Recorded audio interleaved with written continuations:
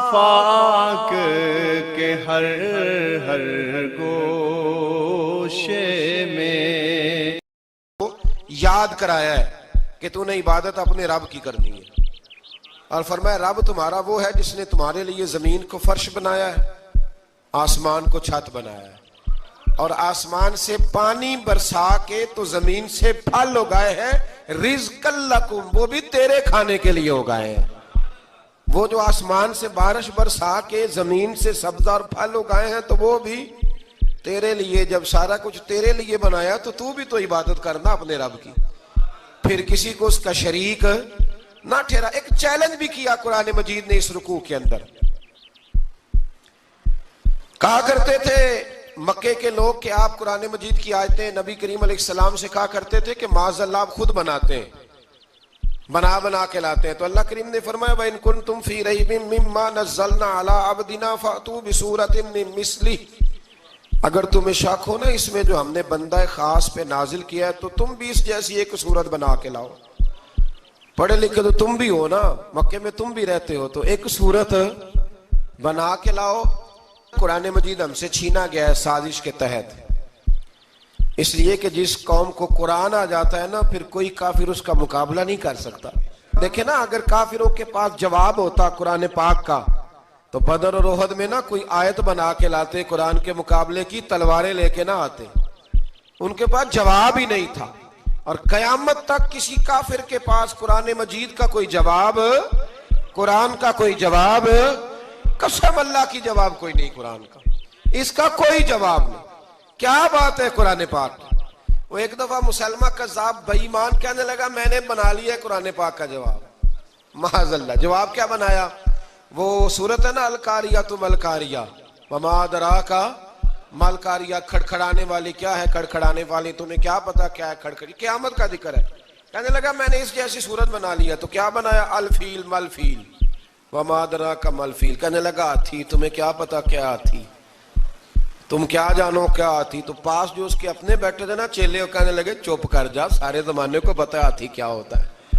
तो पागल है, उसके दो कान होते हैं, एक सूंड होती है, चार उसके पैर होते हैं। बेवकूफ आदमी, कुरान का मुकाबला करना है तो कुछ चज के साथ कर, पागलों की तरह मुकाबला करेगा, जूते खाएगा भी, हमें भी पढ़वाएगा।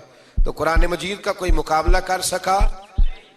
तो इस आया मुबारका में अल्लाह ने काफिरों को यह कहा अगर मुकाबला नहीं कर सकते तो फिर अल्लाह से डरो, वरना दोज़ख में डाले जाओगे। वो जिसका ईंधन आदमी और पत्थर है, और बनाई भी काफिरों के लिए गई है। उइद्दत लिल काफिरीन, जहन्नम किसके लिए बनाई गई है?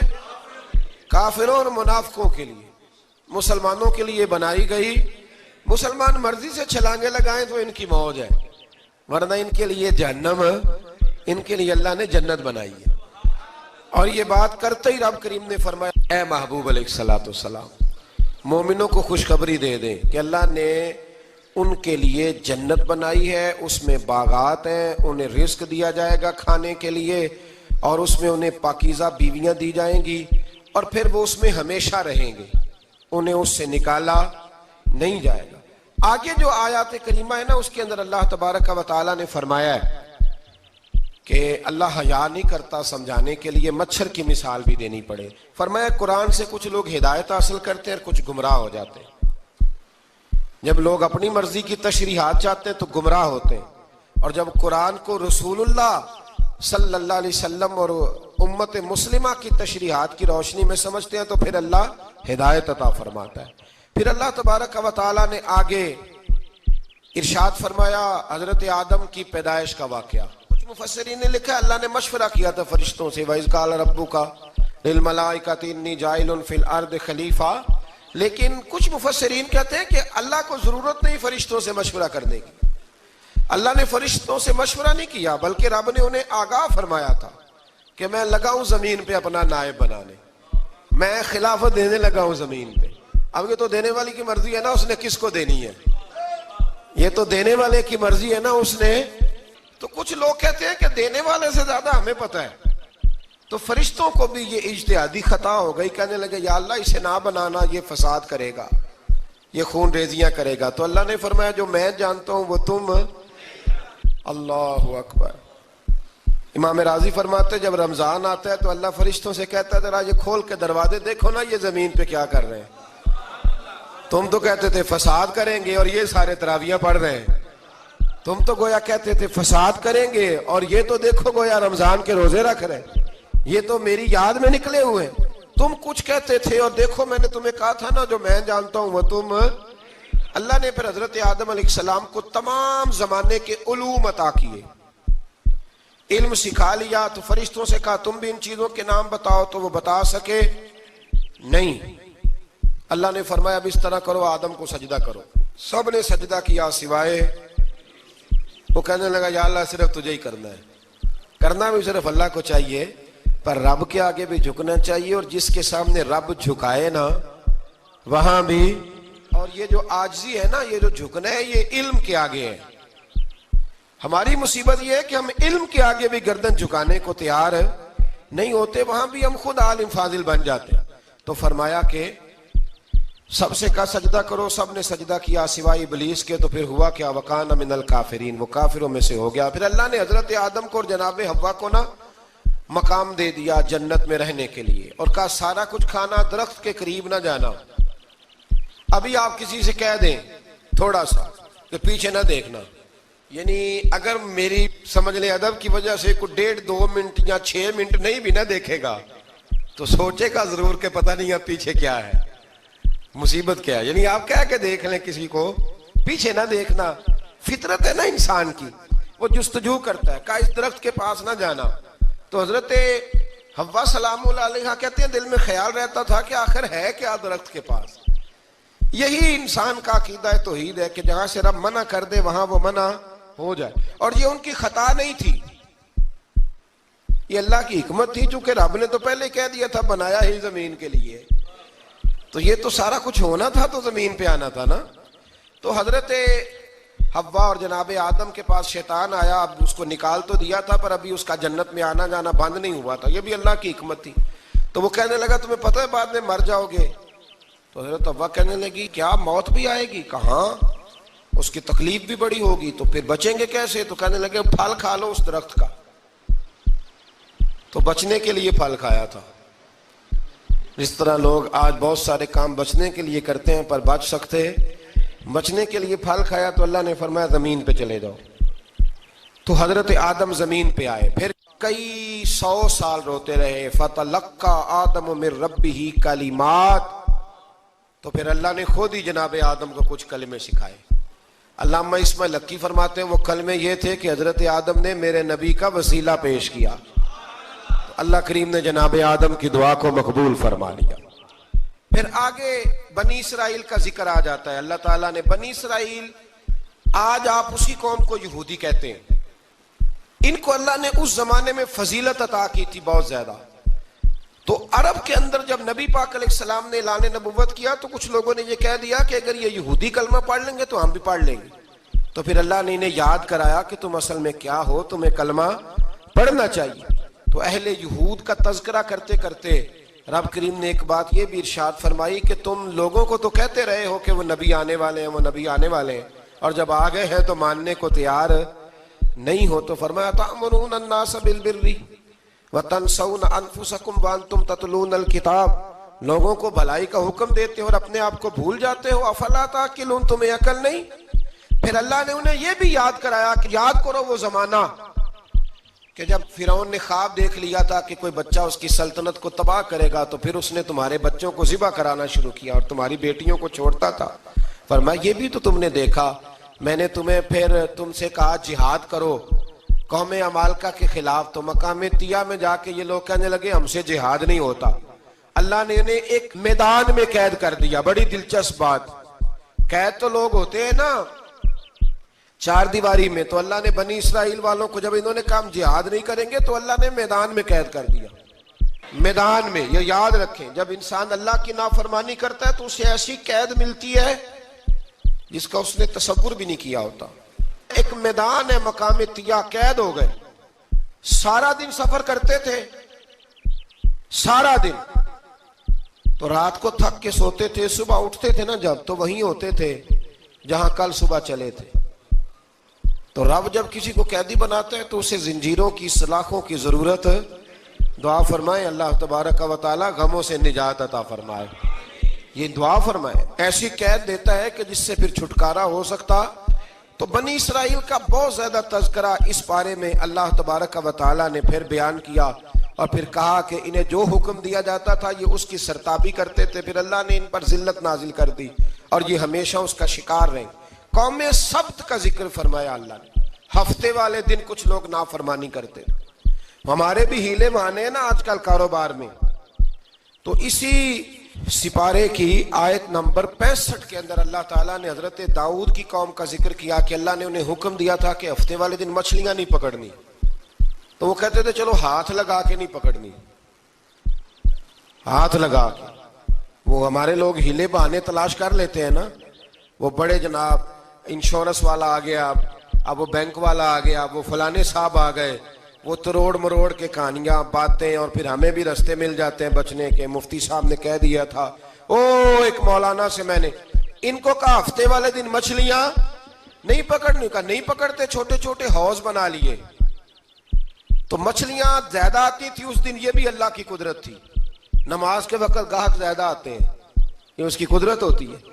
तो वो मछलियां हौज में जमा हो जाती हैं। यूं समझ लें कि जाल इन्होंने लगा लिए हुए थे, तो जाल में वो फंसती रहती थी, हौजों में आती रहती थी।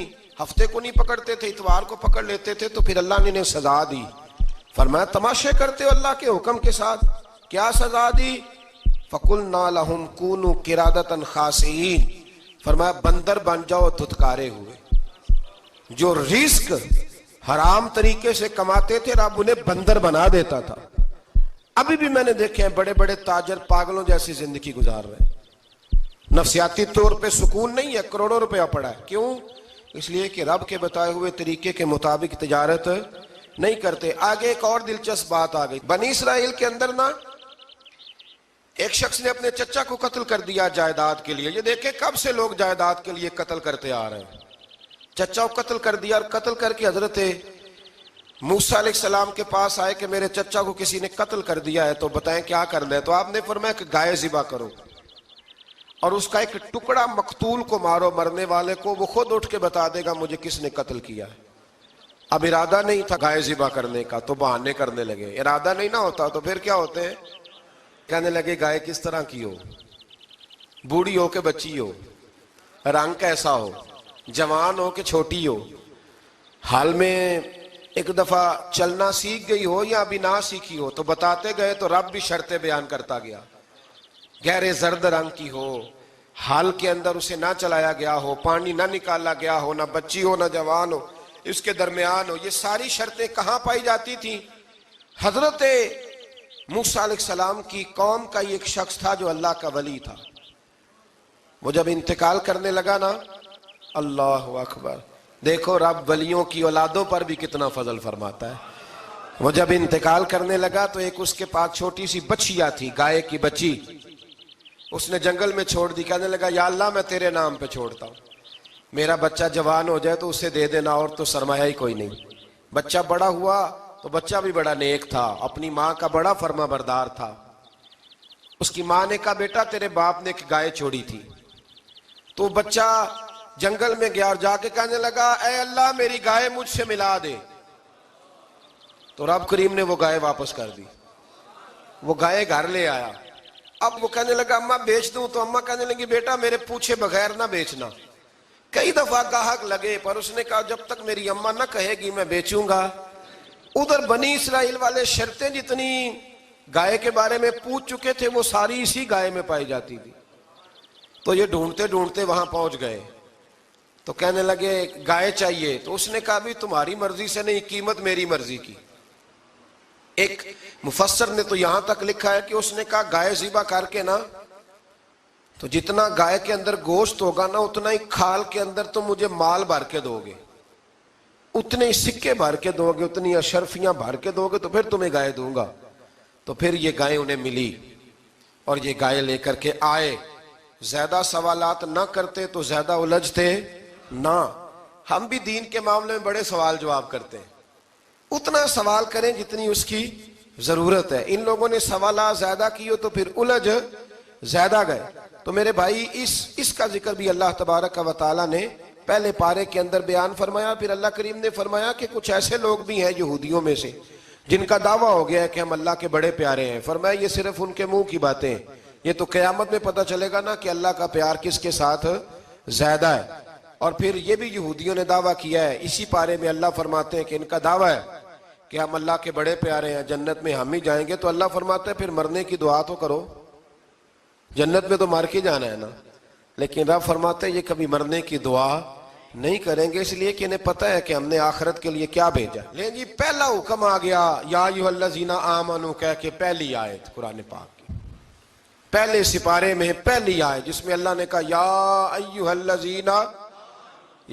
अय्युहल्लज़ीना आमनू। तो पहला हुक्म आमनू कह के आयत नंबर 104 में जो अल्लाह ने हुक्म दिया है ना, वो नबी पाक की ताजीम का हुक्म है। पहला हुक्म ही अल्लाह ने हुजूर की इज्जत और नामूस का इरशाद फरमाया। पहला इस तरतीब के लिहाज से वो हुआ ये कि जब नबी पाक को बात इरशाद करते तो सहाबा किराम उठ के अर्ज करते राई ना या रसूल अल्लाह, हुजूर समझ नहीं आई, जरा रियायत कर दे। तो यहूदियों की इब्रानी जुबान के अंदर ना जरा खींच के पढ़ते थे राई ना, तो उसका माना बनता था माज अल्लाह ए हमारे चरवाहे, बकरियां चराने वाले को भी वो राई ना कहते थे। तो जब सहाबा ये कहने लगे तो अल्लाह ने मना ही कर दिया। फरमाया मेरे महबूब के गुलामों, इस लफ्ज के पीछे छुप के, इस लफ्ज के पीछे छुप के लोग मेरे नबी की बेअदबी कर जाते हैं। तो जिस लफ्ज का कोई एक माना बेअदबी वाला बनता हो वो लफ्ज भी मेरे नबी के लिए ना कहो। लफ्ज वो वाले कहो जिसमें कोई बेअदबी का माना निकले ना। यहां लोगों ने बड़े बड़े लफ्ज नहीं बोल दिए, फिर कहते मेरा मतलब ये था, मेरा मतलब वो था, तो तूने वो लफ्ज बोला क्यों जिसका कोई गलत मतलब भी निकल सकता था। अल्लाह ने फरमाया या अय्युहल्लज़ीना आमनू ला तक़ूलू राइना, ऐ ईमान वालो राइना कहो ही ना। तो या अल्लाह क्या कहें, फरमाया वक़ूलू उन्ज़ुरना, तुम कहो या रसूल अल्लाह एक नजर फरमाइए। अंदाज देखिए, उन्ज़ुरना एक नजर। तो हमारे बुजुर्ग तो पहले ही बड़े प्यार वालों ने कह दिया या रसूल अल्लाह ही उन्ज़ुर हालना। कहते कहां से लाते हो जुमले? मैंने कहा अल्लाह की किताब से।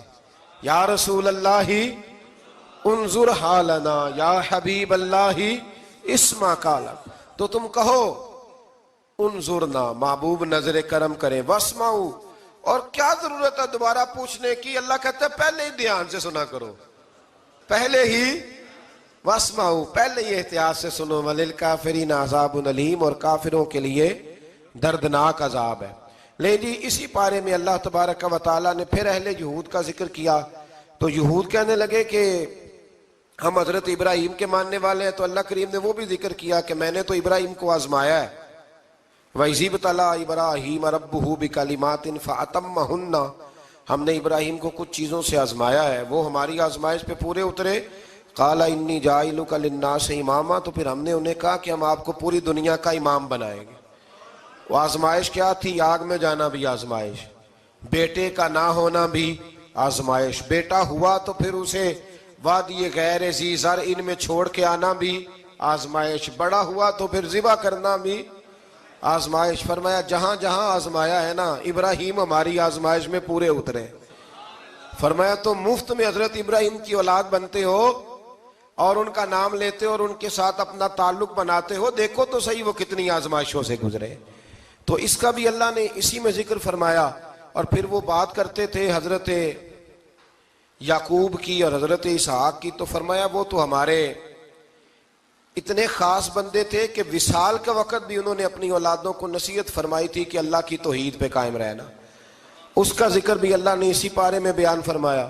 और जो हजरत इब्राहिम और जनाब इस्माइल ने काबा तामीर किया तो उसका जिक्र भी अल्लाह ताला ने इसी पारे में फरमाया। फरमाया जब वो काबा बना रहे थे तो कह रहे थे रब्बना तकब्बल मिन्ना, कह रहे थे ऐ अल्लाह बना हमने दिया है पर मेहरबानी फरमा हमसे कबूल फरमा ले।